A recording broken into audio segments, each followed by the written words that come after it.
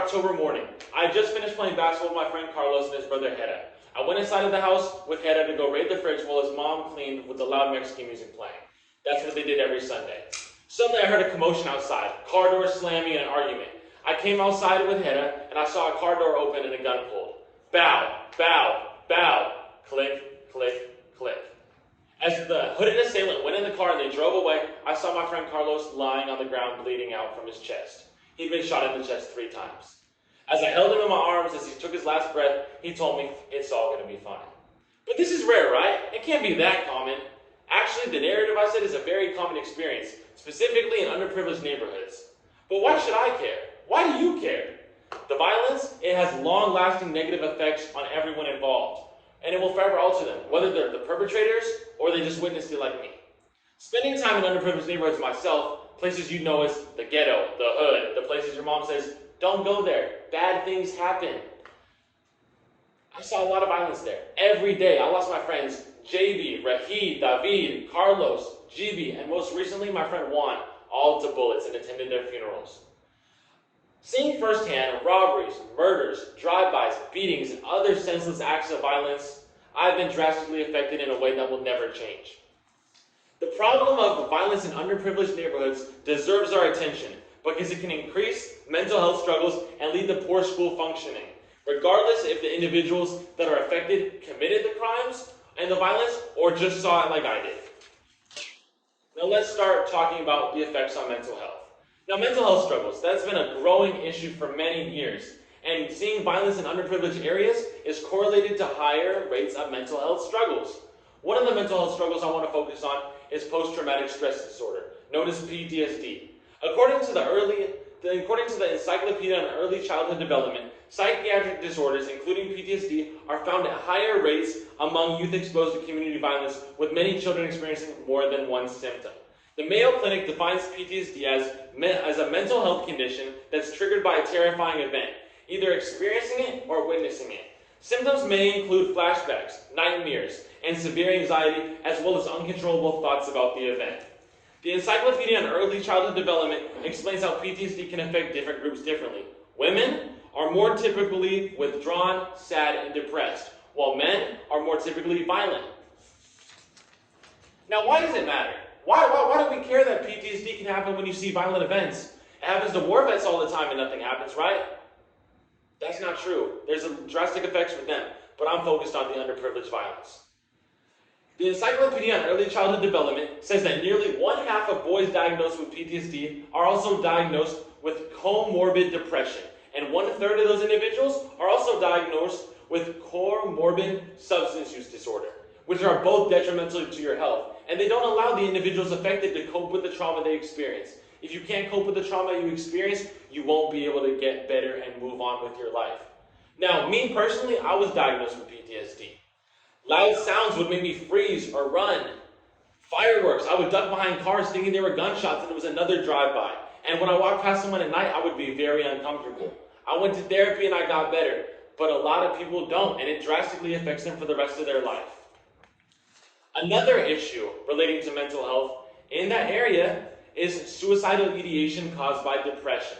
The National Health Institute, NHI, National Library of Medicine, NLM, states that when youth are exposed to violence, the rate of suicidal ideation increases drastically, with risk of suicidal behavior being higher as the level of violence exposed is also increased.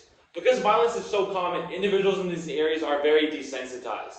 But according to the NLM, not learning pro-social coping skills for managing their distress is drastic, and it will affect them severely. Not learning how to manage the pain, death seems like the only viable option to get out of the cycle of constant agony. No kid should ever want to end their life because they can't have any other option to get past the violence they're experiencing in their underprivileged neighborhood. That's the only way to escape their suffering.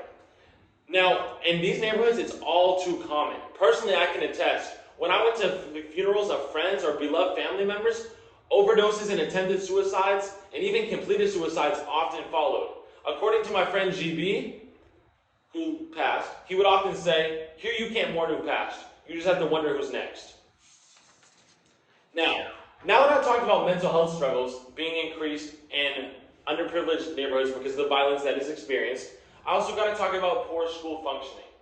Now, poor school functioning rapidly bedevils violent, underprivileged neighborhoods. It's done that from the start of time. The main way violence in underprivileged neighborhoods leads to poor school functioning is through inferior academic achievement. The NDPI article states that repeated exposure to community violence has significant impacts on youth school experience, with research determining youth exposed to community violence is at higher risk for several lower levels of academic achievement.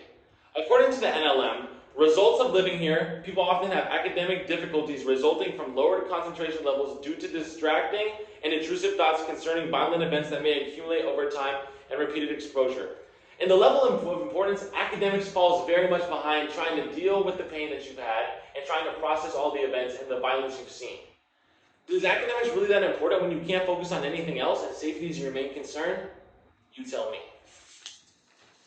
Back in week 7 of fall quarter, I took a leave of absence. I couldn't focus in my classes. I'd be thinking about the violence in my hometown and wondering when I was going to get the next phone call that someone was hurt, arrested, or even worse, dead. I couldn't focus in my classes, just like a lot of these kids. Now, individuals may also not attend school for fear. Sacramento rapper Mozzie on Overcame says, "Hey, how am I supposed to tell my youngin' to go to school when they just caught him at the light trail stripping for his jewels, huh?" Mozzie is essentially saying that because of the violence in his neighborhood, it's not safe for kids to go to school. If kids can't go to school, they can't learn the material needed to succeed in class. And as all of us as college students, graduated high school students, promoted middle school students understand, if you miss class, you will not do well in academics. Also, if you don't go to school, the likelihood of you getting a better job, especially without a GED, is a lot lower, meaning that you'll be stuck in the same neighborhood that you grew up, the same underprivileged neighborhood, and you can't escape the violence and get to a place that's safer. And then the cycle continues. You'll raise your kids in the same area, you can't do anything about it. Now, another problem that being in an underprivileged neighborhood and seeing violence causes regarding school is acting out. According to an MDPI article, exposure to community violence can lead youth to display disciplinary issues in school that are likely associated with trauma. The NLM comments, community violence is associated with academic performance being poor as mediated by depressive symptoms and disruptive behavior. If you're acting up in class because you can't process all the pain that you've seen and all the violence that you've experienced, it's not your fault. But the teachers don't understand that, or they choose not to, and the kid is kicked out of class. The student's not trying to be a distraction or impede other students from learning, but because they are not okay mentally, they cannot do anything about it.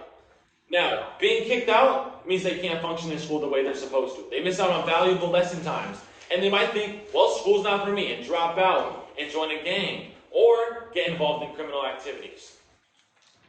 Now, in conclusion, my purpose was to persuade you that violence in underprivileged neighborhoods deserves our attention for a multitude of reasons. Specifically because it increases mental health in the way mental health struggles in the ways of suicidal ideation caused by depression and PTSD, and also poor school performance from lower academic levels of success and by acting out and being kicked out of class. Now, put all your bias aside and listen to the facts about how someone may go through this. Someone like me, someone like you, maybe one of your friends has gone through this. You can brush it off as an issue that doesn't affect you. You may choose to. But can you deal with the struggles of someone else being on your conscience? I don't know if you can. Thank you. And then here's my audience. I only have 3 people because the other 2 walked out because they said my topic was too stressful.